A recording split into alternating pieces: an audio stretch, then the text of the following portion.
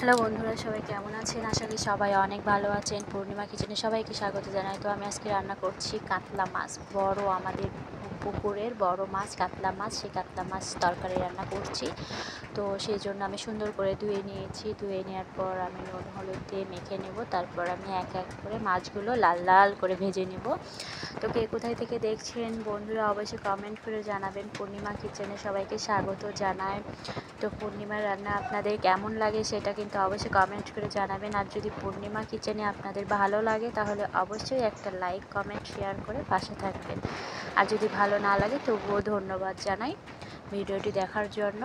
তো দেখুন, এবার আমি সুন্দর করে এক এক করে মাছ ভেজে নেব। আমাদের পুকুরের সব মাছই কিন্তু অনেক সুস্বাদু খেতে। বাজারে তো অনেক ভেজাল মাছ পাওয়া যায়, কিন্তু আমরা তো নিজেরাই চাষ করে থাকি, তো সেই জন্য আমাদের মাছ অনেক বেশি টেস্টি হয়। আমরা বাসার খাবারই আমরা পুকুরে দিয়ে থাকি, সেই জন্য আমাদের মাছগুলো অনেক টেস্টি হয় খেতে। তো আমরা বাজারের মাছ কিন্তু খাই না, কারণ বাজারের মাছ বেশি ভেজাল হয়।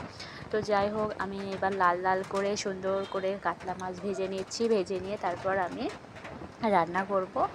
তো আপনারা অবশ্যই পূর্ণিমা কিচেনের সঙ্গেই থাকবেন। যদি আপনাদের ভালো লাগে তাহলে পাশে থাকবেন, সাবস্ক্রাইব করে পাশে থাকবেন। আর যদি ভালো না লাগে তবুও সবাইকে ধন্যবাদ জানাই ভিডিওটি দেখার জন্য। তো দেখতে থাকুন আর অবশ্যই পূর্ণিমা কিচেনের সঙ্গেই থাকবেন। তো আমি প্রতিদিনই চেষ্টা করি যেটা আমি বাসায় রান্না করি সেটাই আপনাদের সঙ্গে শেয়ার করার। তো এটাও তো আমার একটা কাজ, আর আমরা তো সবাই কোনো না কোনো কাজের সঙ্গে জড়িত। আমরা তো কেউ বসে থাকি না, কেউ ছোট কাজ করে, কেউ বড় কাজ করে। তো যে যেমন পারে সে তেমনই কাজ করে।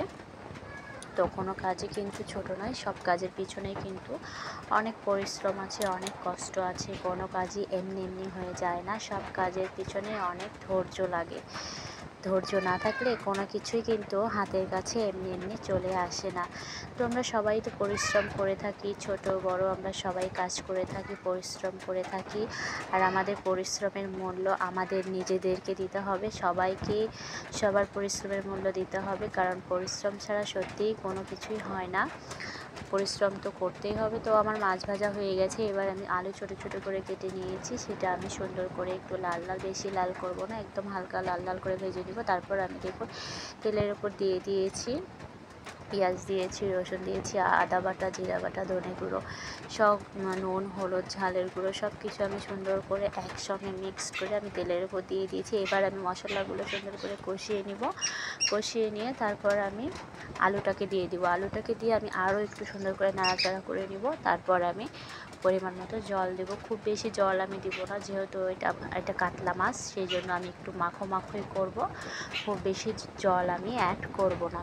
তো দেখতে থাকুন পূর্ণিমা রান্না কেমন লাগছে অবশ্যই কমেন্ট করে জানাবেন। যদি কোনো ভুল ত্রুটি হয়ে থাকে সেটাও কমেন্ট করে জানাবেন। আমরা তো মানুষ, আমরা সবাই ভুল করে থাকি, আর ভুল থেকেই তো আমাদেরকে শিক্ষা নিতে হবে। তো আমরা যদি শিক্ষা না নিই তো আমরা কী করে চলবো, তাই না? তো আমাদের নিজেদের ভুলগুলোকে নিজেদেরকে শুধরাতে হবে। দিন শেষে তো আমরা তো সবাই মানুষ, মানুষের ঊর্ধ্বে তো আর কেউ নেই বা কেউ নই। আমাদের সবারই ভুল হয়ে থাকে, কিন্তু অনেকে আমরা স্বীকার করি, অনেকে আমরা স্বীকার করি না। তো আমার যদি কোনো ভুল ত্রুটি হয়ে থাকে অবশ্যই জানাবেন, আমি শুধরে নেওয়ার চেষ্টা করব। তো আমি পরিমাণ মতো জল দিয়ে দিয়েছি। দেখুন কালারটা কিন্তু অনেক সুন্দর হয়েছে।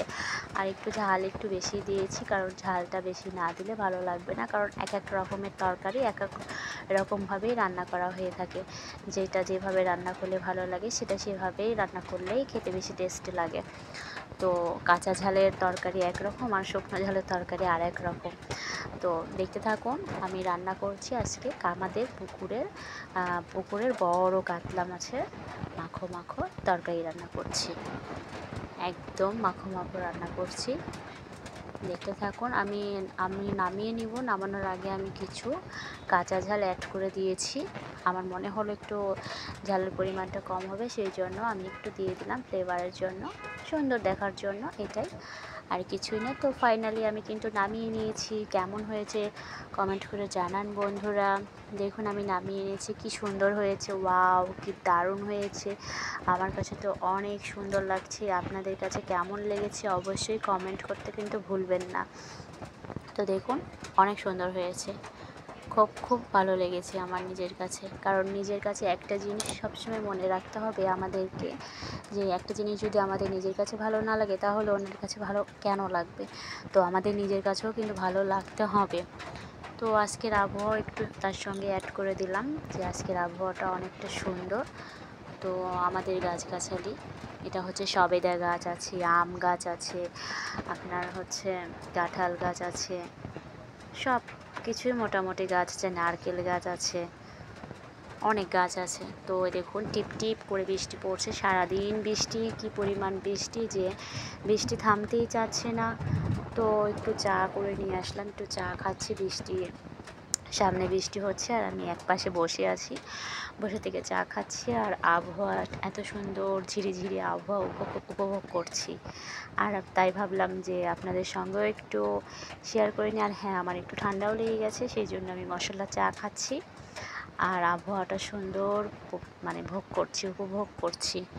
দেখুন কত সুন্দর লাগছে আবহাওয়াটা, একদম ঠান্ডা ঠান্ডা, উপরে মেঘ হয়ে আছে আকাশটা, এবং সব গাছগুলো মানে একদম নিস্তুপ হয়ে আছে, কিছুই বলছে না, নড়াচড়াও করছে না, কোনো কথাও বলছে না। আসলে গাছপালা, প্রকৃতি, আকাশ, পাখি, জল, মাটি সব কিছুই কিন্তু প্রকৃতি। তো প্রকৃতিও কিন্তু কথা বলতে পারে। হ্যাঁ, সে মুখ দিয়ে কথা বলতে পারে না, বাট তার ব্যবহারে, তার নড়াচড়া, তার সুবাস, গন্ধ, বাতাস, এসব কিছু মিলেই সে কিন্তু কথা বলে। আর আমাদেরকেও মানে এত পরিমাণে দিয়ে থাকে বিনামূল্যে, যে আমরা কখনোই এই প্রকৃতির ঋণ, আকাশ বাতাস, মাটি, গাছপালা, পাখি সব কিছু, এদের ঋণ কোনো দিনই শোধ করতে পারবো না, কখনোই নয়।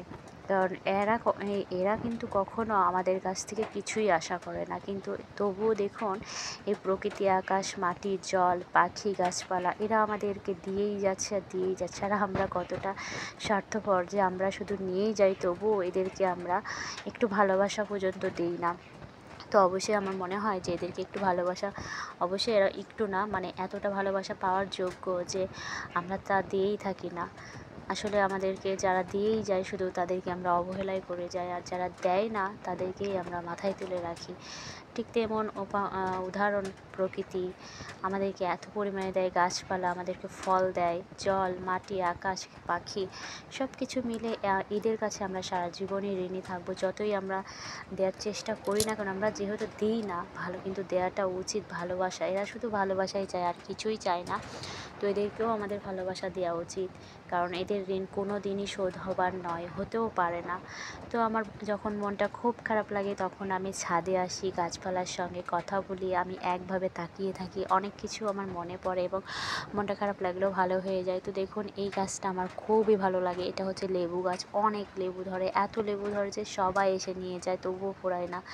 তো এই লেবু গাছটা আমার খুবই ভালো লাগে। তো একটু একটু করে বৃষ্টি পড়ছে, তবুও আমি সেই বৃষ্টির ভিতরেই আমি লেবু গাছের তলে বসে আছি। আমার খুব ভালো লাগছে দেখতে যে লেবু গাছটা এতটা সুন্দর লাগে। আসলে গাছপালা কত সুন্দর, কত সুন্দরভাবে আমাদেরকে অক্সিজেন দিচ্ছে, বাতাস দিচ্ছে, সব কিছু দিচ্ছে, মানে এত পরিমাণে দিচ্ছে যে আমরা সবাই মুগ্ধ, প্লাস ভালোবাসায় জর্জরিত, মানে ভালোবাসায় মুগ্ধ।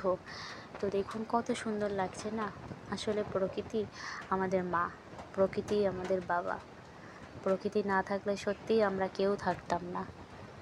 সত্যি কি কখনো ভেবে দেখেছেন, প্রকৃতি না থাকলে আমরা কোথায় থাকতাম? কোথাও থাকতাম না, আমাদের অস্তিত্বই থাকতো না। তো সবার আগে প্রকৃতিকে অবশ্যই মনে রাখতে হবে। শুধু মনে রাখলে চলবে না, অবশ্যই ভালোবাসা দিতে হবে। ভালোবাসা দিতে তো আর টাকা লাগে না, তাই না? তো ভালোবাসা তো আমরা দিতেই পারি, কারণ প্রকৃতিই আমাদের মা, প্রকৃতিই আমাদের বাবা। প্রকৃতি আমাদেরকে সব কিছু দিয়ে রেখেছে, এত এত ভরিয়ে দিয়েছে যে আমরা মানে কখনো কোনো দিন এই জন্মে কেন, কোনো জন্মেই শোধ করতে পারবো না। তো প্রকৃতির ঋণ কোনো দিনই শোধ হবার নয়, কোনো দিনই না। তো আজকের আবহাওয়াটা প্লাস আজকের রান্না, আমার এই ছোট ছোট কথা কেমন লেগেছে কমেন্ট করে জানাবেন, অবশ্যই জানাবেন। এবং পূর্ণিমা কিচেনের সঙ্গে থাকবেন। যদি আপনার পূর্ণিমা কিচেন ভালো লাগে তবে অবশ্যই থাকবেন, আর যদি ভালো না লাগে তবে ঠিক আছে, কোনো সমস্যা নেই, তবুও ধন্যবাদ জানাই। তো সবাই সুস্থ থাকবেন আর ভালো থাকবেন, অবশ্যই পূর্ণিমা কিচেনের সঙ্গে থাকবেন ভালো লাগলে। আর নতুন ভিডিওটি দেখার মানে পরবর্তীতে যে নতুন ভিডিওটি আসবে সেটা দেখার জন্য অগ্রিম ধন্যবাদ জানাই। তো সবাই সুস্থ থাকবেন, ভালো থাকবেন, টাটা।